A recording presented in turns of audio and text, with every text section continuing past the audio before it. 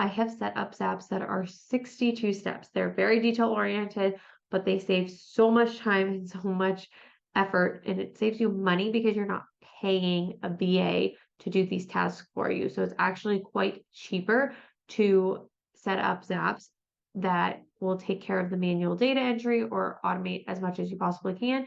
So you can save your dollars for your VA to do things that are actually necessary.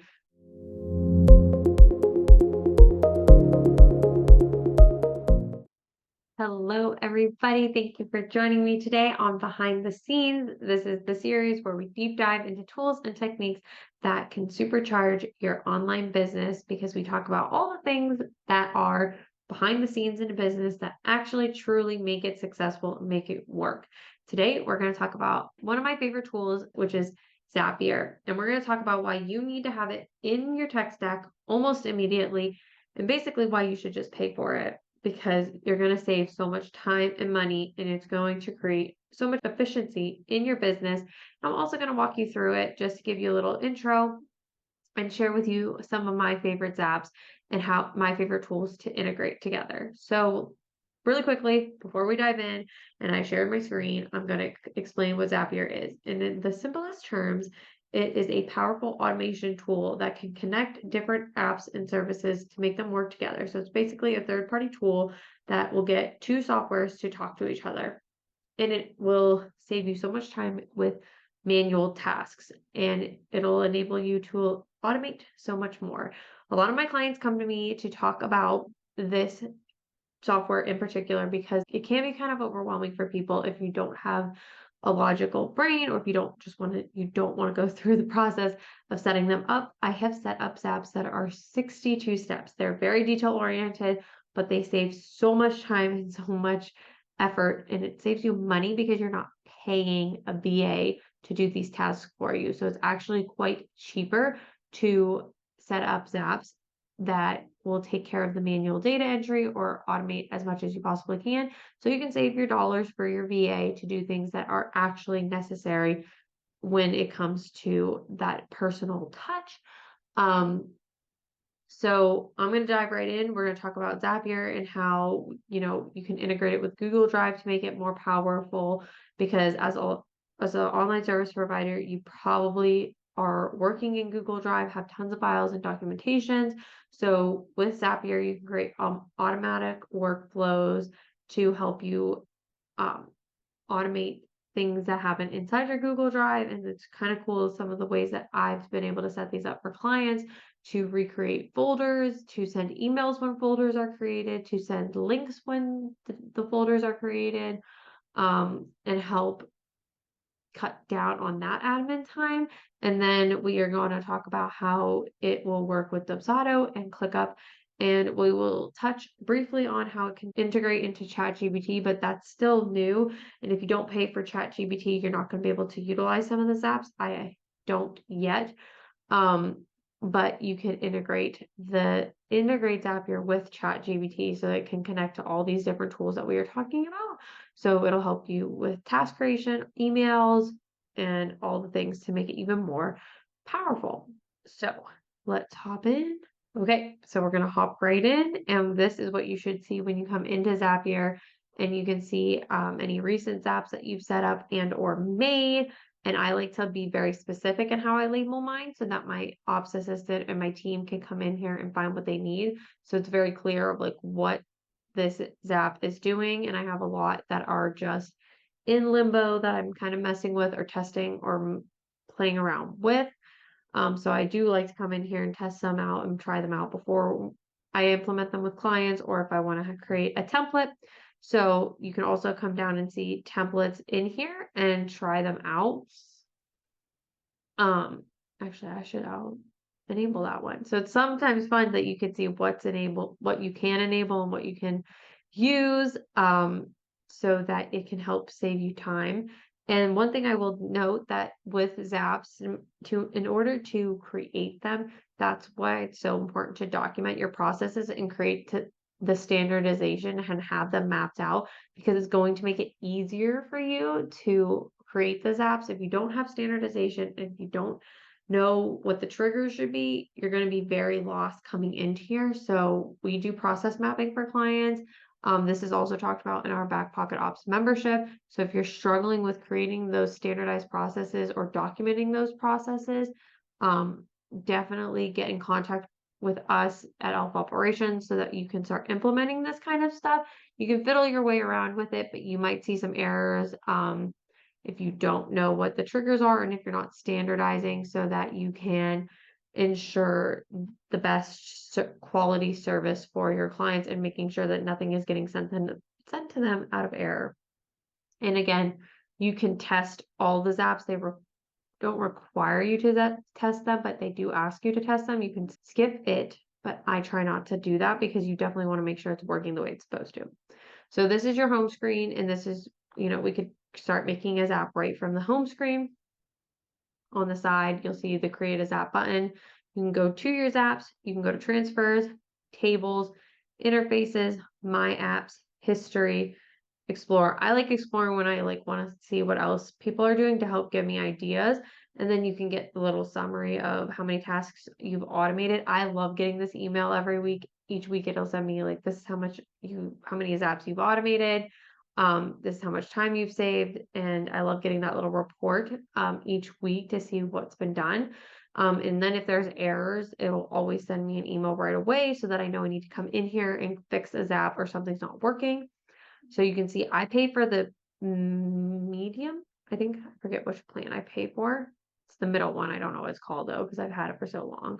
But I know when I signed up, it was $20 a month, but it's the middle plan. It's $20 a month. And that $20 a month can save me so much in VA hours because it's, like I said, it's $20 a month. It's cheaper than a VA. And then you're not managing a VA. You're just managing the tool here, which is a lot easier to do. So we'll go through some zaps, but I want to talk about transfers and apps first, and then your zap history. So, because it wouldn't be an introduction if I didn't at least go through these. Transfers are newer. So transfers are if you set up a zap and you need to bulk send data. So if you set up a zap and you're like, oh, I need to import all the old emails that I'm going to start importing, say from a lead form into my like a spreadsheet or my new email software, you can bulk send the data, which is really nice because before you would just set up the zap and you couldn't get the data from previously into the next software without manually doing it, which was typically a huge pain in the butt. So transfers are amazing because then you can just do a bulk transfer. And we're not going to go down that rabbit hole. We can save that for another video. Tables are awesome. I haven't created any tables yet inside my own account, but tables are great for better data storage and better automation. So sometimes we're limited in what automations we can trigger or events we can have happen if we're using Google Sheets or Excel or an Excel sheet in a third-party tool because just the way the coding works behind the scenes. But if you store your data inside Zapier, one, it creates a more centralized spot for all of this, but it's also going to allow you to create better automation. So tables are like basically Zapier's version of an Excel spreadsheet, and why you'd want to use the tables here versus an Excel spreadsheet is just if you're housing data somewhere and need to house it. One, this is cloud-based. Two, it'll help with your triggers and your actions. And three, it creates a centralized spot. So if you're not using pivot tables or you're not using this as a team-based table, then I would say you should definitely store your data here. But those are just some examples of why you would use Zapier tables over like an Excel spreadsheet.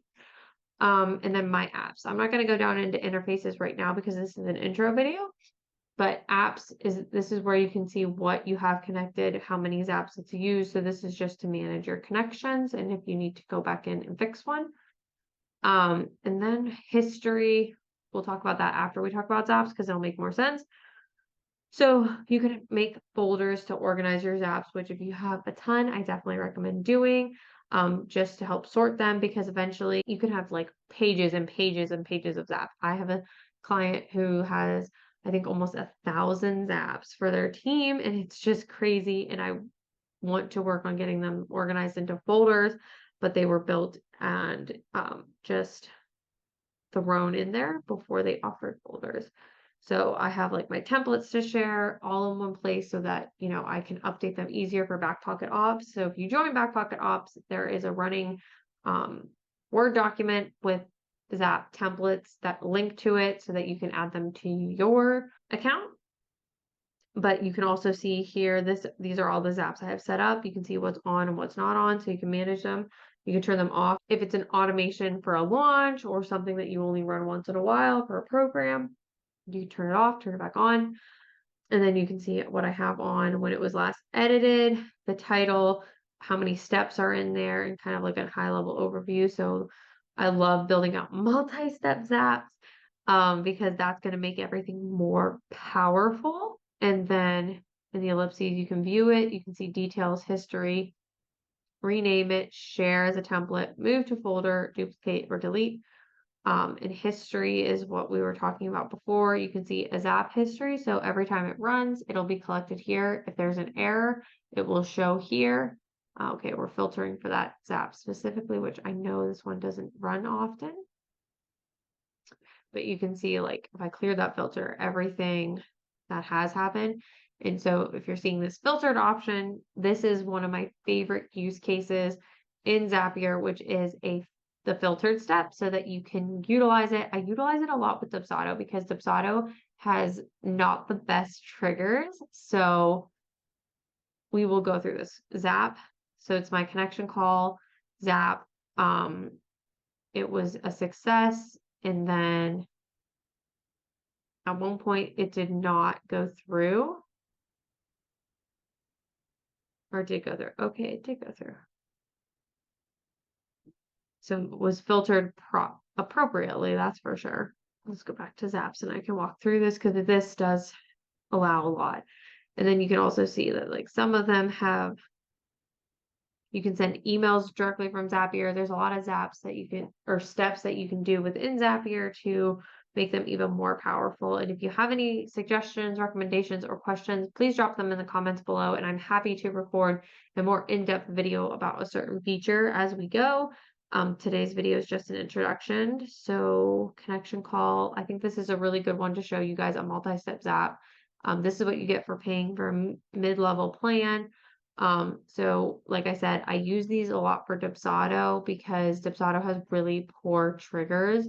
Like this action, I'm going to show you the steps if I can see the step details. Okay, I can't see the step details until I'm in edit. So I use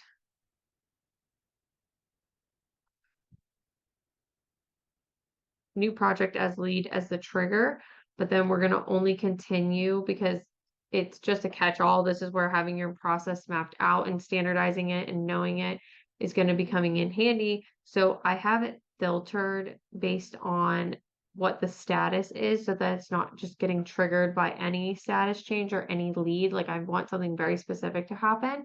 So when the lead says connection call, it will create a task in my ClickUp, in my connection database so that I can keep track of that person and I can know the last time we had contact, and it'll show me all the details that were put into the Dubsado form. So that allows me to connect Dubsado and ClickUp. And then I have it filtering based on an answer on the form, which is utilized by a smart field. So I have a custom map field for marketing opt-in. If it says yes, sure, something positive, like you can create a few different options. It will tag them in ConvertKit and add them as a subscriber if they wanted to opt in. So that's just showing you how to utilize the filter and how I integrate Dubsado, ClickUp, and ConvertKit. And then I'll walk you through one more, but if you have specific questions, like I said, drop them in the comments below when you're watching this, and I'm happy to go in more depth. We also have a lot more in-depth trainings within Back Pocket Ops. And like I said, we have the templates. So if you are struggling with this, you can join and I can help walk you through this and do it with you, get your questions answered, because I know a lot of times there's errors and there's a lot of little nuances within Zapier that we can't cover in one video. So if you need help walking through that, I definitely recommend joining Back Pocket Ops.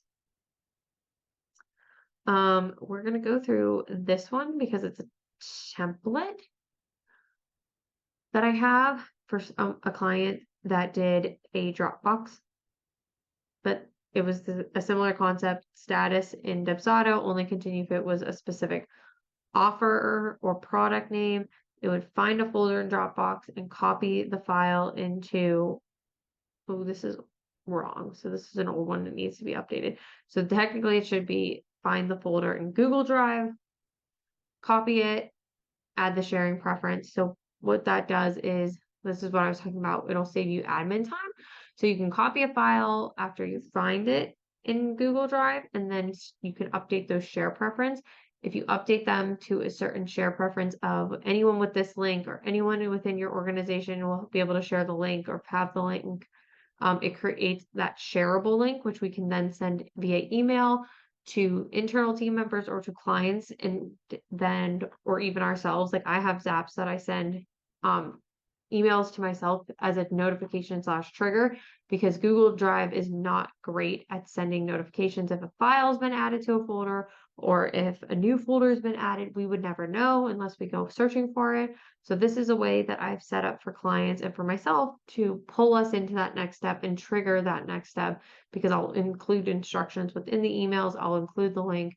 So then it's easy to go through and we're not looking or waiting for that trigger. The automation and the tool does it for us, which is why this is so important, is because it is going to save you time and mental energy to help get you growing and scaling your business, not thinking about folders and admin work and yada, yada, yada. So that's kind of my intro to Zapier. If you have any questions, drop them in the comments below.